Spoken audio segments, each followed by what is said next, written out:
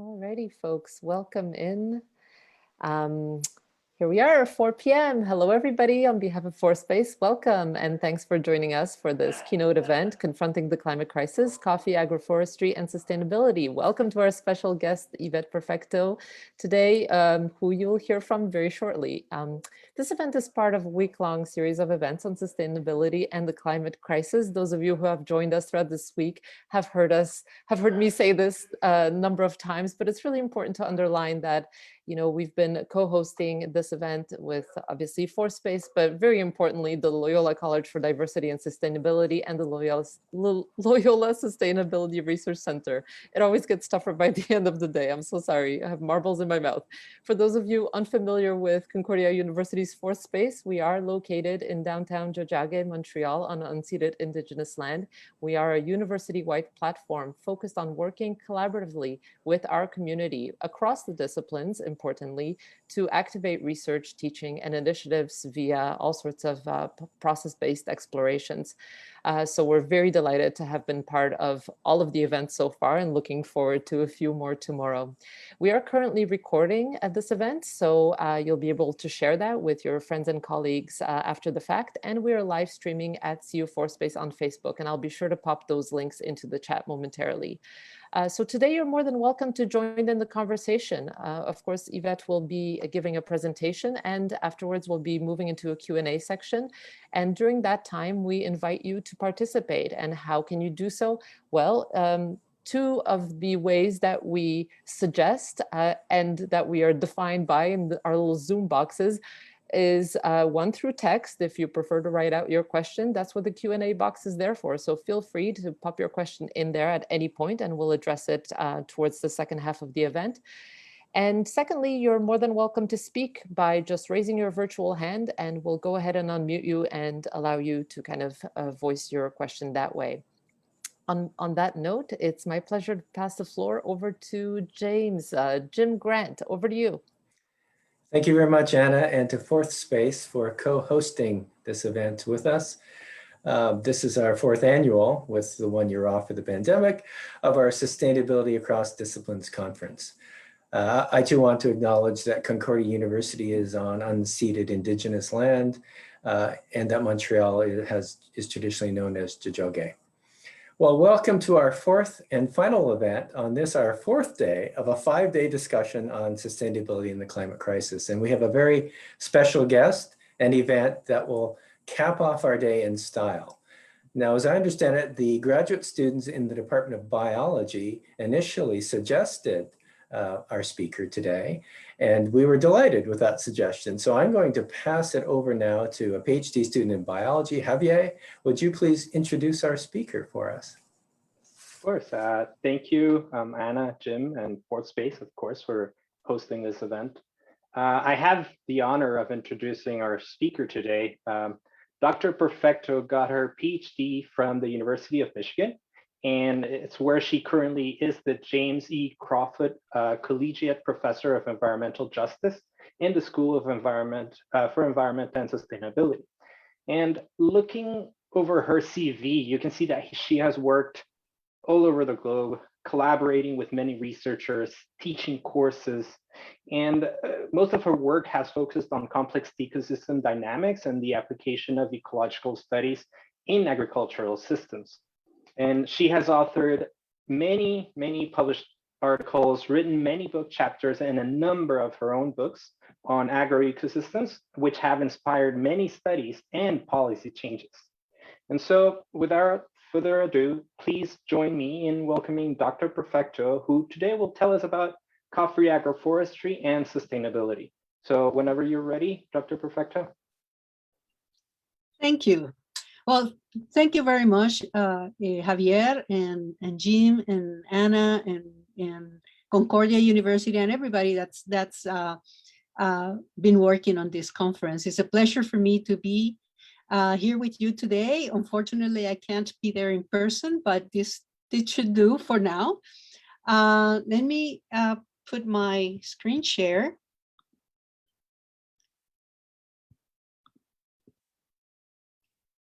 Get my presentation going.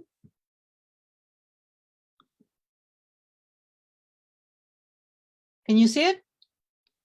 Is it good? Okay, so the title of my presentation is Confronting the Climate Crisis, Coffee Agroforestry and Sustainability. When we think about the tropics with respect to climate change, the images that come to mind are images of burning forests and cattle ranches. And this is for good reasons, no? Land use change, mostly tropical deforestation and agriculture, contributes 24% of greenhouse gas emissions. Emissions from the tropical deforestation come primarily in the form of CO2 from tree burning and tree decomposition. These emissions total approximately 3 billion tons. Now, how much is 3 billion tons? Well, imagine a rail car filled with coal, and now imagine 13 million rail cars filled with coal, stretching for 125,000 miles. That is about halfway from here to the moon. And that's how much 3 billion tons of carbon is. Evidence is accumulating also that tend to indicate that amplification is going on in the tropics. For example, a paper that was published in 2017 in Nature Climate Change reports that hydrological droughts from climate change and deforestation are increasing wildfires and forest loss, which of course will increase the probability of drought and form a positive feedback loop that will lead to more greenhouse gas emissions. In this graph here that comes from the paper, you can see the relationship between areas in drought and areas burned in Borneo, on the island of Borneo, where a lot of these wildfires have been happening, with the open circles here indicating the years with drought. And you can see that this is where most of the areas burned are. And so that has created or is creating a positive feedback loop that is leading to more forest loss. And in the Amazon, we're seeing something similar. Reduced rainfall has been shown to increase the risk of forest dieback, and that forest loss might intensify regional droughts, again forming a feedback loop that results in more forest loss and more greenhouse gas emissions. In this paper that was also published in 2017 in Nature's Communication, the authors show that the risk of self-amplified Amazon forest loss increases non-linearly with dry season intensification. The study suggests that frequent extreme droughts, basically, these events have the potential to destabilize large parts of the Amazon forest.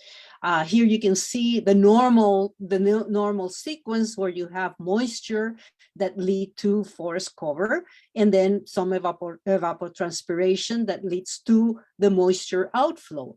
So that is the normal process. But when you have a drought, you're going to have reduced moisture inflow that result in reduced rainfall and forest loss, and that result in reduced evapotranspiration and then a reduced moisture outflow that will lead to the whole cycle again and again. So this is not just that we're losing forest, but there are these feedback loops that are intensifying then the probability of that continuing and intensifying. Now, agriculture is a different story. Emissions from agriculture come primarily in the form of methane and rice, methane from rice production and cattle production, and nitrous oxide from fertilization application in industrial agriculture.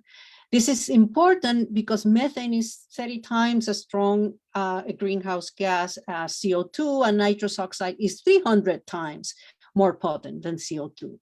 So it is estimated that emissions from agriculture amount to about 5.3 billion tons of carbon equivalent per year. That's 23 million rail cars of carbon. That's almost all the way to the moon from here, if you line them up. Today, almost 50% of the area that can be covered with vegetation has been converted to agriculture. According to the Global Land Cover Database for the year 2000, there are approximately 22.2 million kilometer square of agricultural land in the planet. And these areas continue to expand. And unfortunately, most of this expansion is taking place in the tropics. Indeed, it is estimated that 80% of this expansion is replacing tropical forest. And here you can see an example of that in Bolivia with this, the establishment of soybean plantations in Bolivia. Now, so given that that such a large proportion of the planet is covered in agriculture, it is important to know how much carbon is stored in these systems. After all, plants are made out of carbon. So the IPCC estimated that these agricultural lands areas contain approximately 11.1 billion tons of carbon in above and below ground biomass. But that is assuming that most of the agriculture looks like this. And although a lot of agriculture indeed looks like that, there's a lot of agriculture also that looks like this, especially in the tropics. And the difference between something that looks like this and these diversified farming systems are the trees. And trees store more carbon than herbaceous plants. What you see here are systems that are called agroforestry systems. So these are systems that combine trees with crops. These agroforestry systems combine, as I mentioned, combine trees and crops or trees and livestock production. And there's a wide variety of these systems in the tropics. And now more and more in the temperate zone, I should say also. And it turns out that they are fairly common throughout the tropical world. Now, indeed, remote sensing data from 2010 shows that more than 43% of the total agricultural land in the globe has more than 10% tree cover. And this is important because those trees are contributing to carbon sequestration. No? This map shows the distribution of tree cover on agricultural land. And as you can see, it broadly follows bioclimatic zones, in particular aridity. High tree cover of about more than 45% tree cover was found primarily in the humid regions, no? Such as Southeast Asia, here in Africa, Central Africa, and coastal Western Africa, and then Central America and the eastern part of South America. Now, how does this translate into carbon storage?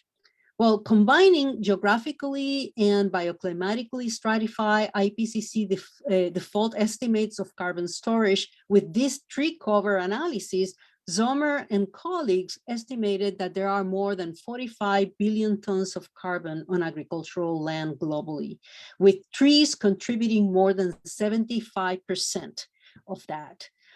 This represents about 20% of the carbon that is currently stored in the tropical forest. Here is the global distribution of these 45 billion tons of carbon. And of course, it follows the distribution of the tree cover that I showed you before.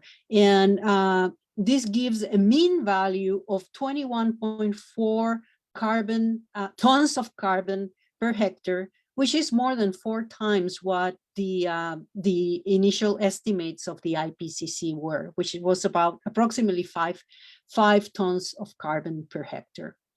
So that's good news. You know, these agroforestry systems are contributing a lot of carbon, and that had not been considered before. Although this amount is fairly small compared to the amount of carbon that is stored on soils, biomass carbon on agricultural lands deserve attention, both for its mitigation potential as well as its adaptation benefits for farmers. In addition, trees on agricultural land have direct impacts on the livelihoods of hundreds of millions of small-scale farmers around the world. Finally, these agroforestry systems also contribute to the maintenance and enhancement of the organic carbon in the soil. The trees are constantly adding organic matter to the soil, so contribute to the long-term maintenance of that carbon in the soil, and also protect topsoil from erosion. Agroforestry systems are multifunctional systems. I work in coffee agroforestry systems in Mexico and Puerto Rico. This is one of the farms where we work in Puerto Rico. In this farm, you see a diversity of crops. In fact, in this particular farm that I show you here, the farmer basically produce not only the coffee, no, that's the main crop that is produced here, but also planting different 4 or 5 different varieties of plantains, 2 varieties of bananas, ñame, malanga, yautía, apio, cassava, sweet potatoes. These are all root crops that are very important for the diet of the Puerto Rican people. Oranges, grapefruit, bitter orange, avocado, passion fruit, zapote, caimito, mango, tropical fruits, and animals, pigs, chickens, guinea fowls, rabbits, etc. So a whole variety of different types of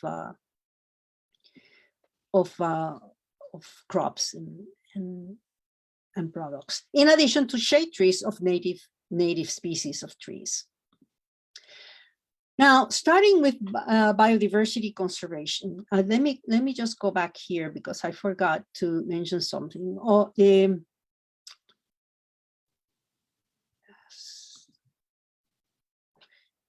In the rest of this talk, what I want to do is I want to examine the multifunctionality of these agroforestry systems because they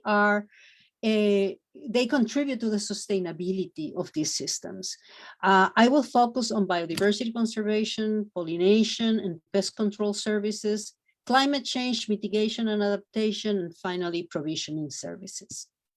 And so, starting with biodiversity conservation, shade coffee systems like the ones that I'm showing you here provide habitat for a wide range of wildlife species. This is a little video of the coffee farm, one of the coffee farms where we have done a lot of work in Mexico, in Chiapas.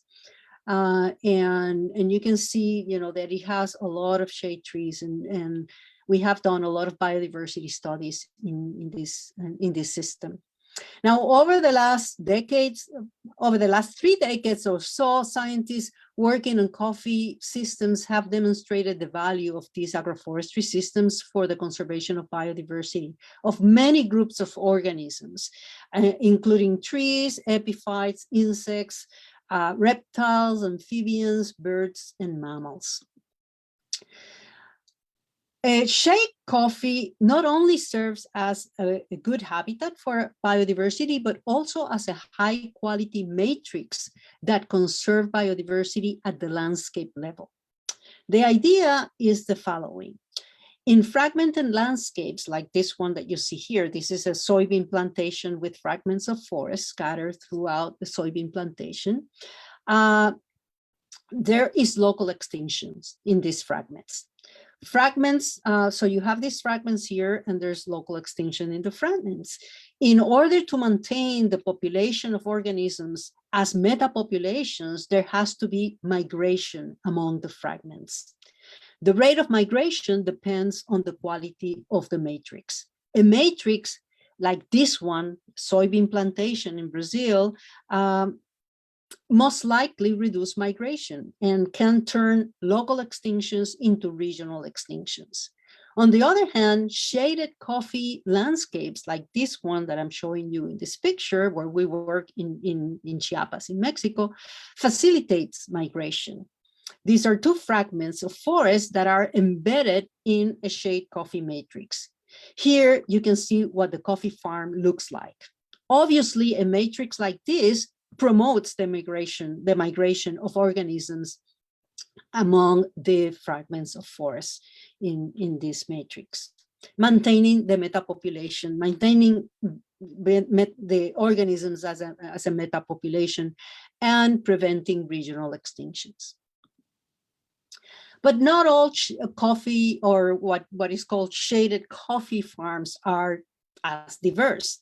Indeed, throughout the coffee growing region of the tropics, you can find a variety of coffee management systems that can be placed in a gradient of intensification.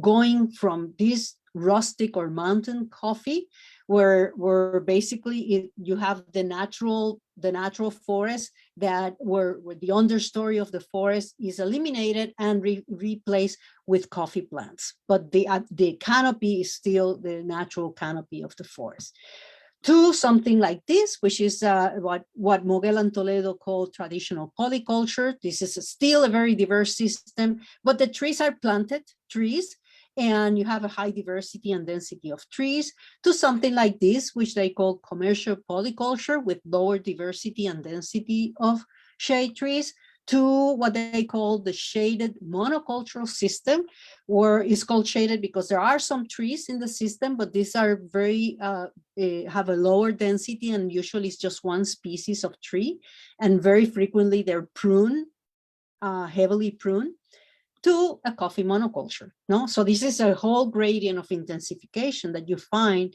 throughout the coffee growing regions.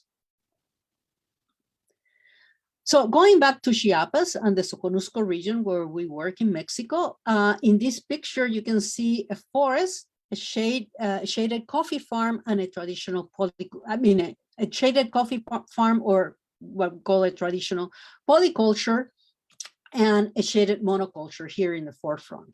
And we call this a shaded monoculture because there are a few trees in this farm here. You can see just a little part of the farm, but basically it's almost like a monoculture with a few trees scattered around.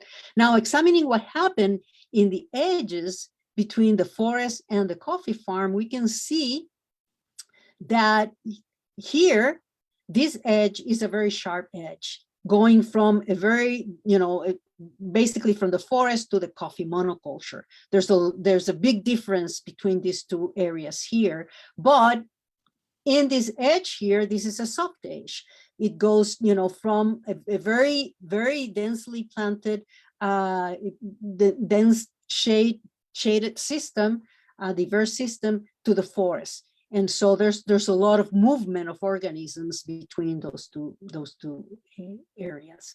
In this study, we sample ants in the forest and along the edge from 0 meter to about 800 meters, and away from the forest edge. And the red line here represents the average ant species richness in the forest plots. The black symbols represent samples from the shaded coffee farm, and the white symbols represent samples from the monoculture, the coffee monoculture. As you can see, the ant species richness remained fairly similar to that of the forest, while in the coffee monoculture, it declines dramatically starting from the very edge of the forest, and it remains fairly low and significantly lower than that of the forest and the shaded farm. In this other study, this is a different study in the same area, but a study with epiphytes. And here you can see that similarly to the study with the ants, basically the species richness of the shaded coffee farm remains the same. No, after 400, goes all the way to 400 meters, not significantly different from the forest. And here it starts declining, basically as you go away from the forest. And then this is just a species composition, and you can see that the species, if you look at the similarity index, so here we use the Bray-Curtis similarity index that gives you an estimate of how much that resemble the species that are found in the forest. As you go away from the forest, there's no significant difference in the shaded plantation, in the shaded farm, but there is a significant decline. First of all, these are all significantly lower than in the shaded plantation, but also they decline as you move away, farther away from the forest. These and many other studies have shown that there is a loss of biodiversity as the farms get intensified. There's a reduction of biodiversity, and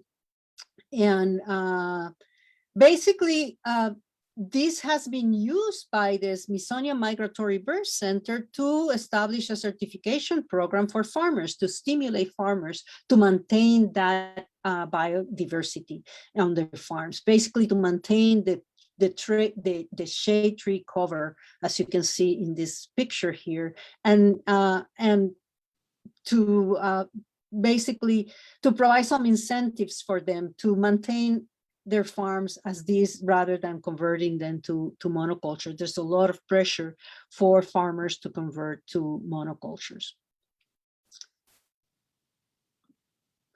Now, this biodiversity that is maintained in this shaded coffee farm also provide other ecosystem services, such as pest control and pollination. So let's briefly look at that. One day I was walking in this coffee farm, and I was walking with the farmer in this coffee farm in Chiapas that we have done a lot of work, and we ran into what appeared to be a pest outbreak.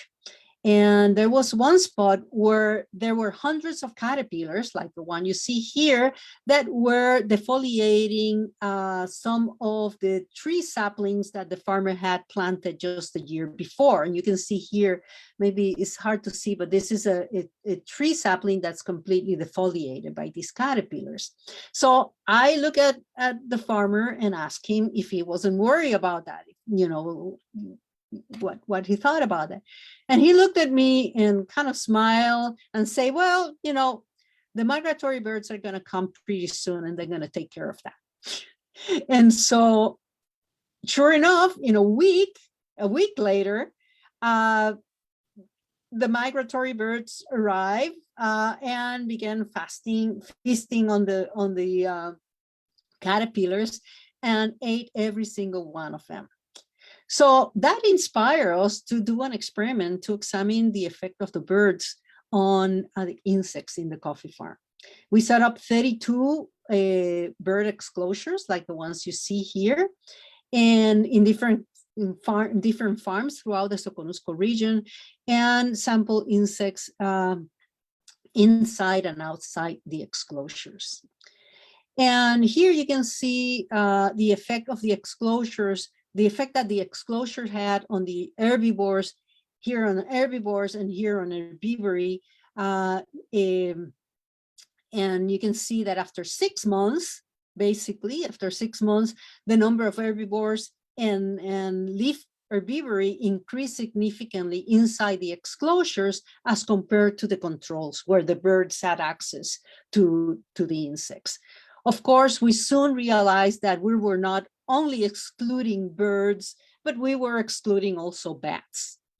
And so we decided to do another experiment where we distinguish between the birds and the effect of the birds and the bats. So we had exclosures during the day, exclosures that were there only at night, and exclosures that were there during the day and during the night, and also the control with no exclosures.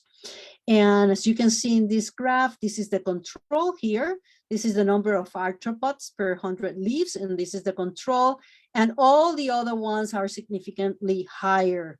So all the exclosure had significantly higher numbers of the arthropods than the control, but the birds basically had the lowest numbers, followed by the bats and followed by both of them. Similar studies in Jamaica and Costa Rica by Matt Johnson and Danny Karp have estimated that birds and bats were contributing about $310 per hectare through predation of the coffee berry borer, which is a very important pest of coffee. Actually, worldwide, it's the most important insect pest in coffee worldwide. And similarly, in smallholder cacao farms, cacao is also produced with shade trees. And in smallholder cacao farms in Indonesia, BAMAS estimated that by protecting 31% of the cacao yield, birds and bats were contributing the equivalent of $730 per hectare per year to farmers' income. And it is not just birds, of course. most of the predation that goes on in coffee farms is by insects, other insects, predators, no?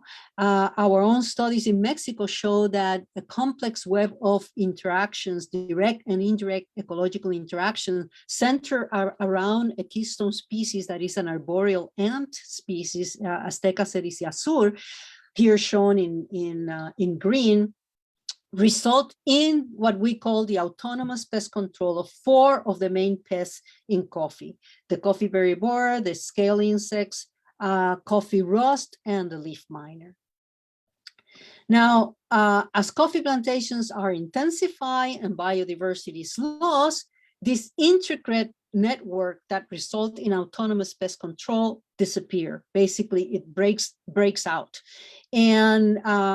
And it disappear with the potential of pest outbreaks of these four important pests in coffee.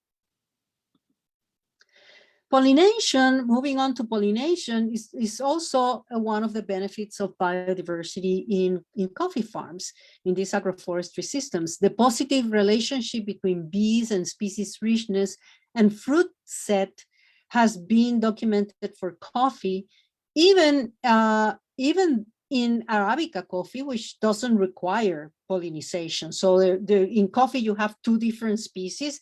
There's Coffea canephora, which is what is called Robusta coffee, usually grown in the lowlands, in areas that are not necessarily highlands. And then you have Coffea arabica, which is a more high quality coffee that's produced in the highlands. Now, Arabica doesn't require pollination, but it benefits from cross-pollination. And it has been shown that it benefits also from diversity of pollinators. And here, this is a study by Alexandra Klein, that show an increase of 60 to 90% in fruit set at the highest levels of bee diversity. But maintaining forest fragments is also important for pollinator services. Here you can see how the number of visits of and diversity of pollinators decline with distance from forest edge. This is a work by Ricketts that show that as you go away from the forest edge, or actually these are different years, but this is 50 meters and 800 meters. And you can see that not only the number of visits per 100 flower decline, but also the diversity of pollinators that are visiting those plants decline, those flowers. And here's another study from Indonesia showing how fruit set and berry weight also decline with distance from forest edge. In other words, forest fragments provide nearby coffee with a diversity of bees and increase both the amount and stability of pollinator services by reducing dependence on a single introduced pollinator like the honeybee. Now, I should mention that both of these studies were done in areas with minimal shade. No, so there was minimal shade, and they benefited from having forests close by. Similar results might be obtained in shaded systems that harbor a very high bee diversity. So having these agroforestry systems have been shown to increase bee diversity and fruit set. Now, high levels of, there's another ecosystem service that's extremely important, especially for climate change, is the resilience of these systems to climate change. High levels of resistance and resilience have been found in the shaded coffee system, where shade trees have been shown to buffer microclimatic extremes and to reduce the effect of landslides after severe storms, as is shown in this graph from Stacy Philpott and colleagues. This was after Hurricane Stan in Mexico, and they went there and measured the amount of area that was under or was affected by landslides. And this is an intensification gradient going from the very diverse agroforestry system to coffee monocultures. And as you can see, there's an increase in the number, in the percent of farm area that is affected by landslide as you move toward the more intensive systems. Also, shade levels of 60 to 80% also reduce soil evapotranspiration and soil evaporation and water demand from evapotranspiration, as compared to shade levels of only about 10 to 30%. These systems also, this agroforestry system also buffer microclimatic conditions, protecting plants against weather extremes. Now, the resilience to climate change has also been documented for other agroforestry systems, not just for coffee. For example, in Colombia, there was a very severe drought in 2009, with precipitation declined by about 44%. And in silvopastoral systems, pastures, the forage was reduced by about 25%, but because they had this silvopastoral system that had the trees, the forage from the trees continued to be produced, and milk production actually increased by 10% in the systems, in the silvopastoral systems. In neighboring monocultural farms, production declined dramatically and some animals died. In addition to offering alternatives for climate change adaptation, agroforestry systems contribute to climate change mitigation by sequestering carbon. In a review of carbon sequestration in agroforestry systems, Albrecht and Kanji reported range from about 12 to 220 megagrams of carbon per hectare in these agroforestry systems. And cooperatives of coffee farmers are being compensated for this ecosystem service. And here are two examples from Guatemala and from Chiapas, where farmers are receiving payment for ecosystem services that are based on the carbon sequestration of the agroforestry system in this system. And finally, I want to mention something about the provisioning services of coffee agroforestry systems. While coffee monocultures provide only coffee, agroforestry systems can provide many other products, like I mentioned before when I was describing the coffee system in Puerto Rico. Now, in a more systematic study of coffee farms in Peru, Bob Rice documented that the consumption and selling of coffee represent only 1/5 and 1/3, respectively, of the total monetary value of coffee. So the rest come from all these other products that are produced in the coffee farms. And in El Salvador, Ernesto Mendez documented farmers managing about 100 species of trees, epiphytes, food, and medicinal plants. And all this diversity obviously reduces the farmer's vulnerability to price fluctuation. Obviously, when you're depending on a commodity that is traded in an international market like coffee is, you're very susceptible to these price fluctuations. But if you have all these other crops, then they offer a buffer to those fluctuations in prices. Whoops. It's not advancing. Let me wait a little bit.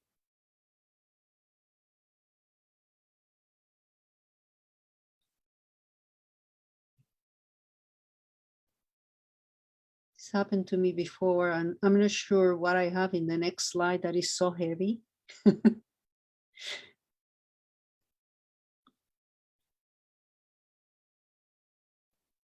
See. There you go. Okay. I think this is gonna be, well, let me see how it goes. This is a work by Victor Toledo and Patricia Moguel from Mexico, and they have documented, yeah, I thought that was going to happen. They have documented how indigenous people in Puebla, in the state of Puebla in Mexico, incorporated coffee into their traditional agroforestry system.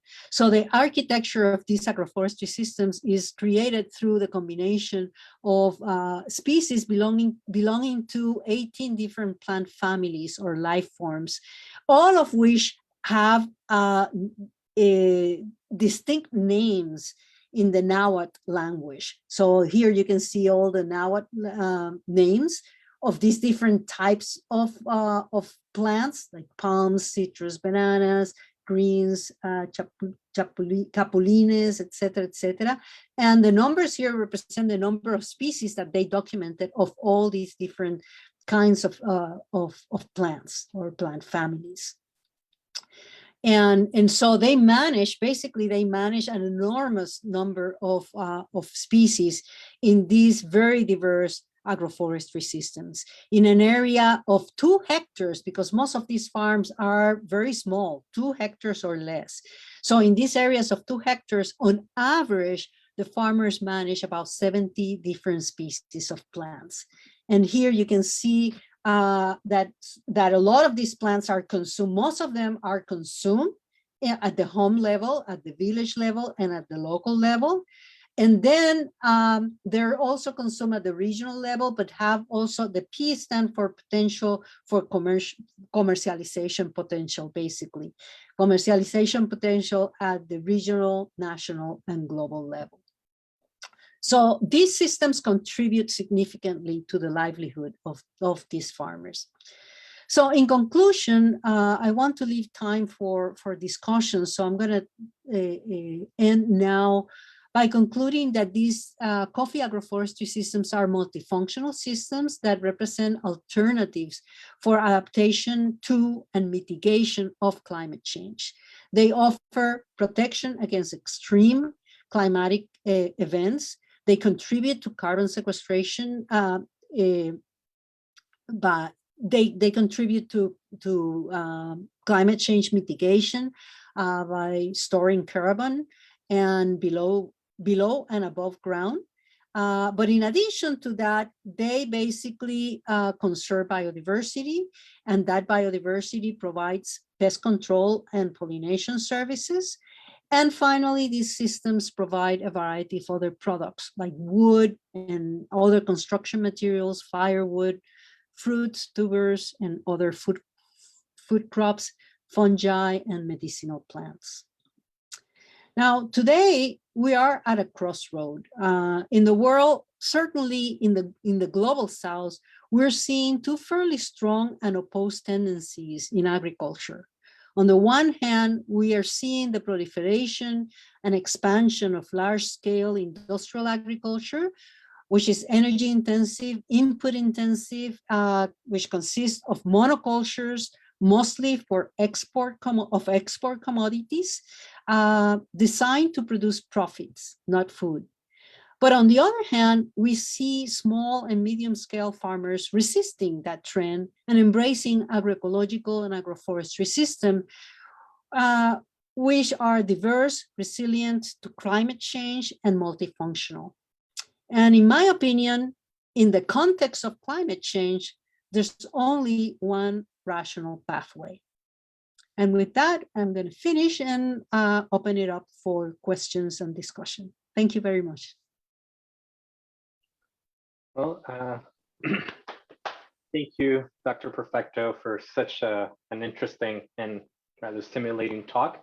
We're ready to take some questions from the audience. If you have questions, remember you can write them in the Q&A box below, or you can raise your little virtual hand and we will unmute you so you can ask your question.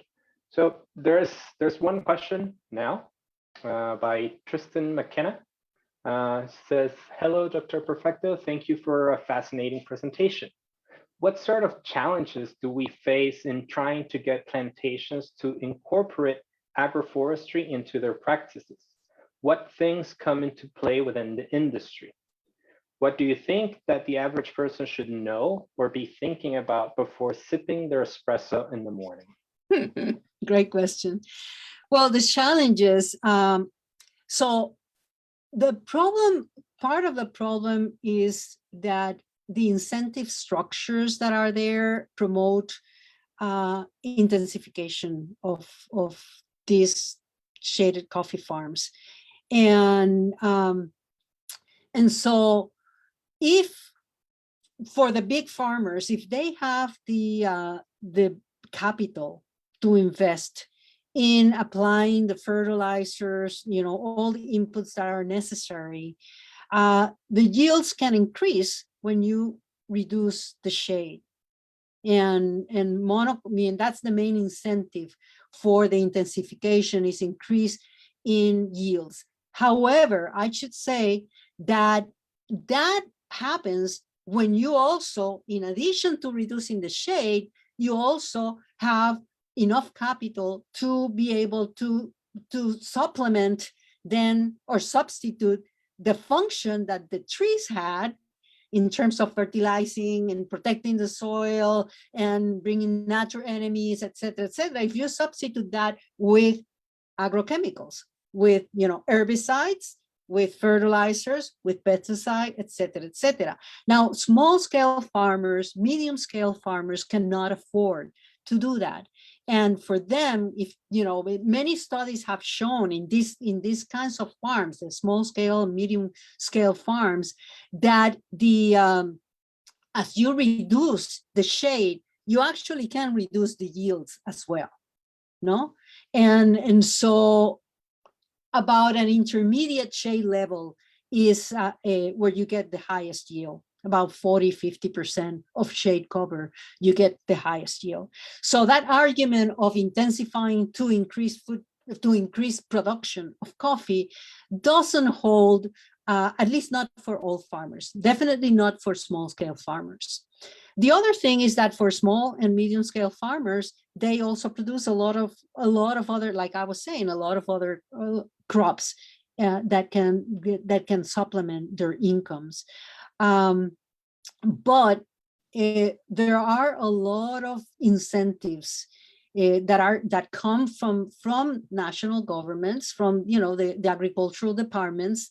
And in the 80s, there was a big incentive that was coming from USAID, actually from the United States, to intensify coffee farms. And the idea was that these countries needed to intensify their coffee production in order to pay the debt. You remember, the 80s was the dark decade of Latin America, because the accumulation of the debt. And the United States was very interested in Latin American countries to be able to pay the debt. And part of that, part of the way, or a way to pay that debt, was increasing the export commodities like coffee. And so intensification of coffee became big during that period of time. Now we know more about coffee in terms of the loss of biodiversity and all that. And so that push to intensify has succeeded. It's not as strong as it used to be, but it's still very, is still there, especially among larger scale farmers. And then the other question was related to what the consumers should be thinking about. Well, all of the stuff that I mentioned related to what is the environmental impact of these intensive coffee farms. You should be thinking about that when you sip your cup of coffee in the morning or in the afternoon. Yeah, it's definitely, there has been a growing awareness among coffee drinkers because, well, among consumers in general, there's a higher awareness of how people are more interested in knowing how what they consume is being produced. And so in the coffee sector, that certainly has happened. And the Smithsonian Migratory Bird Center, along with many other organizations, have been promoting shaded coffee. And so the certification of coffee, I mean, the amount of coffee in the coffee sector, the amount of coffee that is certified coffee is very, very small. The percentage is very small, but still people are very aware. And I think that a lot of more now than before, people are trying to consume shaded coffee. Right. To preserve biodiversity. We have a question from Lydia Beda. Go ahead and unmute Lydia Beda so she can ask her question. Hello, Dr. Perfecto. Thank you so much Hi. for this presentation. My question was related a bit to what you just spoke about with consumer demand and certification. So I was wondering, what's your opinion on this sort of like global south, global north trade network? And do you think it's more helpful or detrimental to the farmers? This pressure to be part of the global market. Do you think it's like, what role does it play?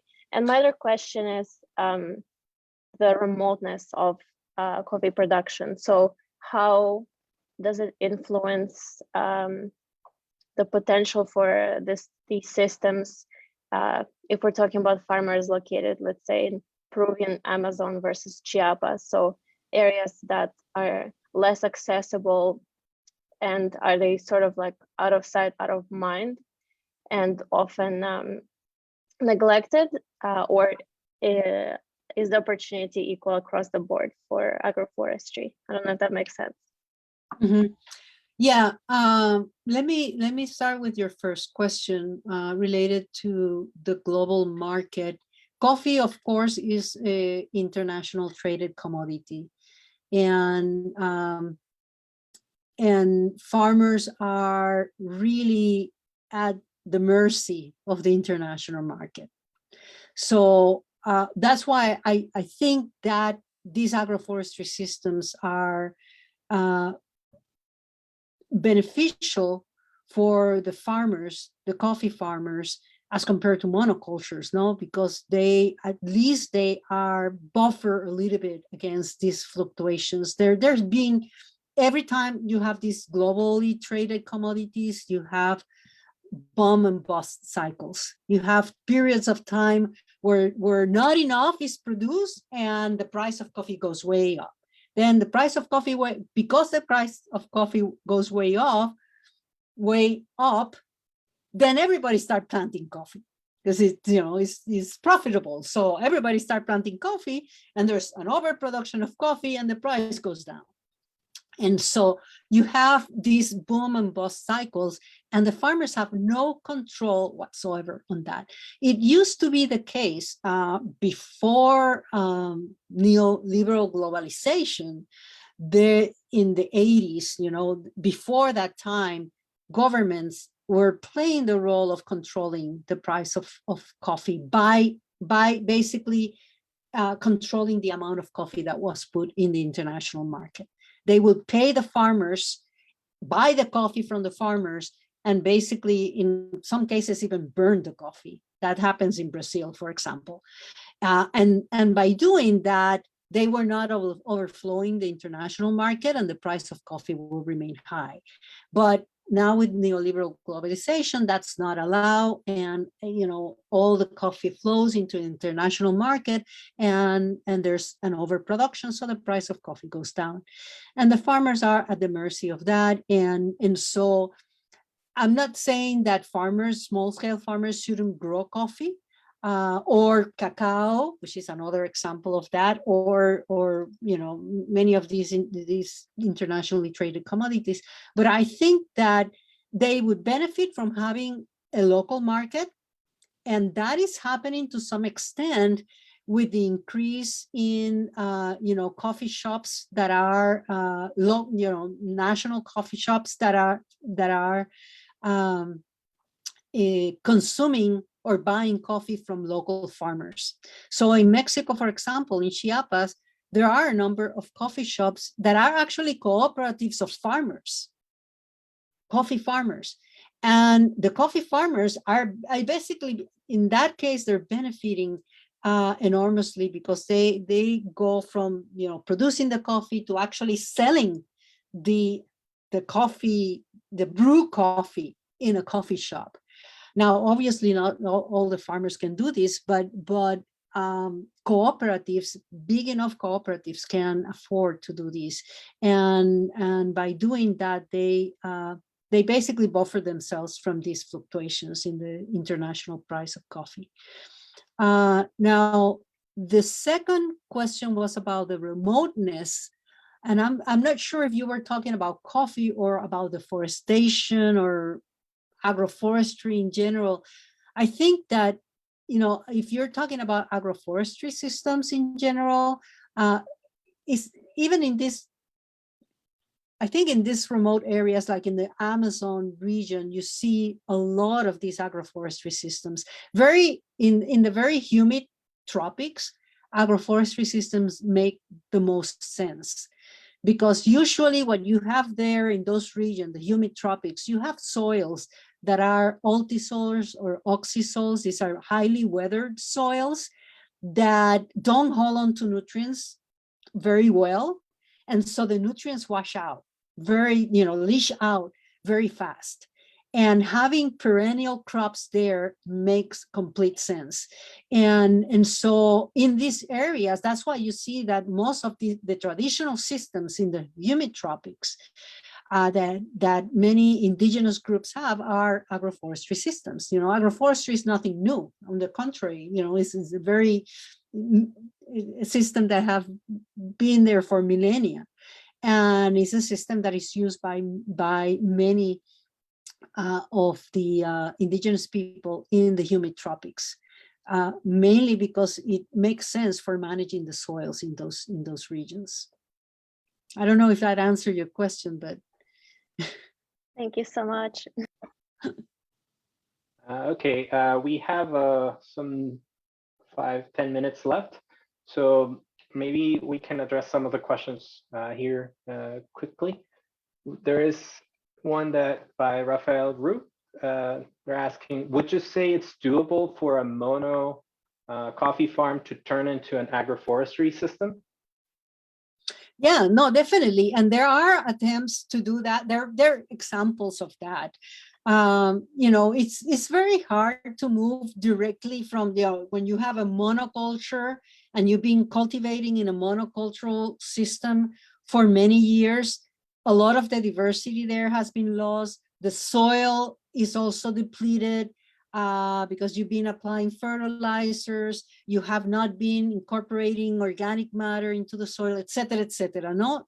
And it's the same thing that, you know, why it's so hard to move from an intensive annual monoculture system to an organic agroecological system. You have to do it gradually.